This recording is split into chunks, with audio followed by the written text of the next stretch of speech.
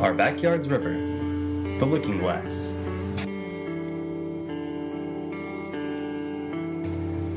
Most in the city of DeWitt know about it.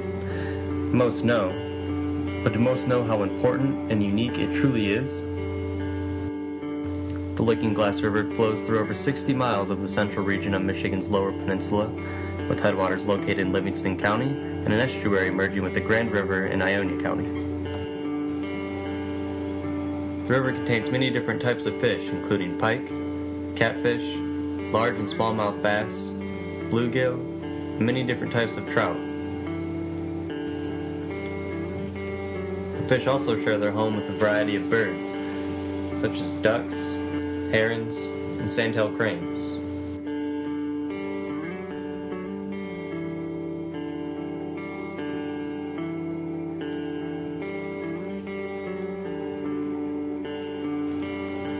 The Looking Glass River is also home to many red squirrels, muskrats, white-tailed deer, and many other animals among these.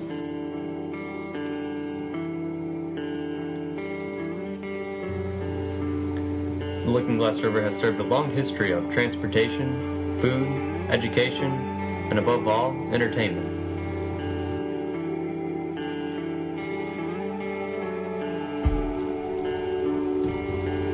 Local rivers can be used for many things, yet we don't take advantage of this natural wonder to its fullest extent.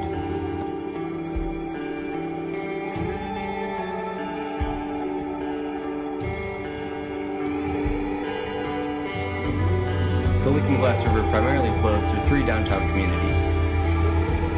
At the rise of the river is Lanesbury.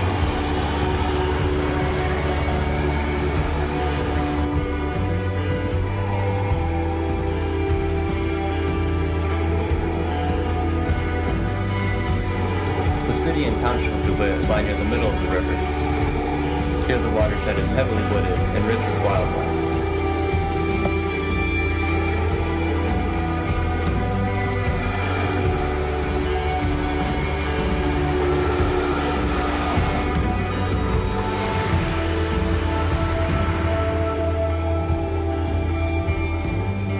In downtown Portland, the Looking Glass pours into the Grand River.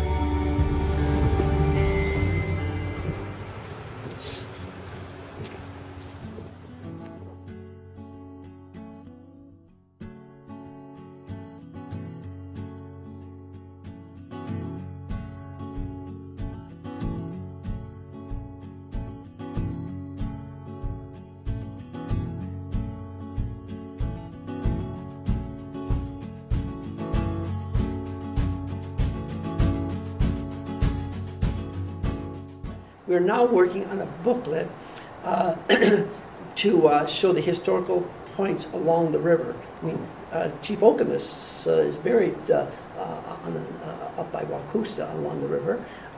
We've had several Indian encampments there. I mean, that was transportation. Even when David Scott first brought his community here into DeWitt from New York, I mean, he used that as his transportation. There were several grist mills on this. The rivers were very important in those days because it was a form of transportation plus a form of power to run these grist mills. But then, unfortunately, it also became the garbage pit too for the city. Everything got washed down.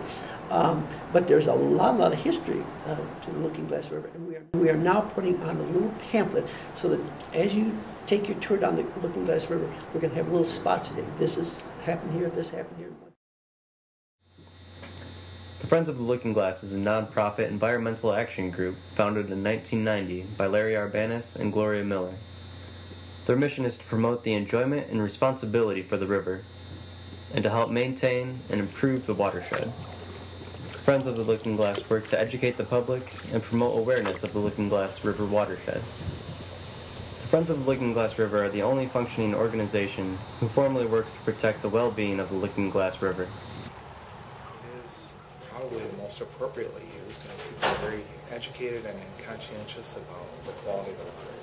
And I see people picking up trash from their canoeing, and I know that the Friends of the Looking Glass, they have these really well-organized, community-based volunteer efforts to eliminate trees that have been cut down or have fallen down in the river, and trash pickup days. Bob Bishop holds the chair of Communications and Log Jams. He works to keep the river clean by organizing community pickup days and building teams to clear out downed logs.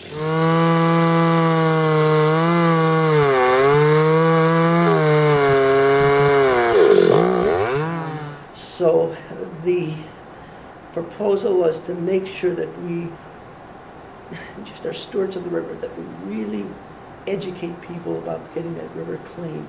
And The Friends of the Looking Glass work to communicate watershed information to the managers and decision makers of the communities along the river, as well as landowners and the general public. Their goal is to educate the public about proper environmental practices and responsible land use within the watershed, as well as to promote responsible recreational use of the Looking Glass River. the river is so much cleaner than it was just even 5 years ago. Due to the I Friends think. of Looking Oh, Glass? I think Did you? everyone. Yeah. I'm even seeing people coming down and because they know that I sometimes I'm saying, "Hey, Mr. Vance, look what I found," you know, and they're showing me the stuff that they've collected. So people are concerned because every time I go down the river, I'm always, if I see something, I go and pick it Right, up. yeah. And I'm getting fewer and fewer of that type of thing. So I think we've gone a long ways.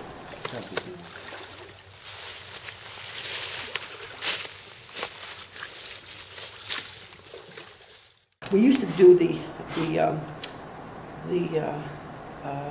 chemical test in the water. Well, you know, every day that can switch. Yeah.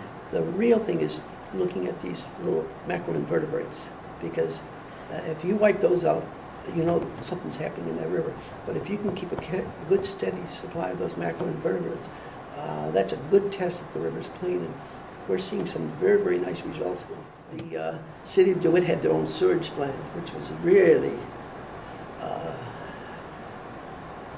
not up to par. It just couldn't hold that capacity. I think it didn't work well. Very successful, very fun time. But I think that an increased focus on the arts, more opportunity for people to be down in that area. It's a great opportunity, like in the park, the Riverside Park downtown. It's just a great location for those types of things. I think additional classes, teaching people the value of clean water and fishing opportunities and the water sports like canoeing and kayaking. Those are all great, healthy things. And I think as a future goes, I think maintaining and improving a little bit on what we have, but maintaining it is important. You know, if somebody's not carrying the baton, it's not past. And as long as we're continuing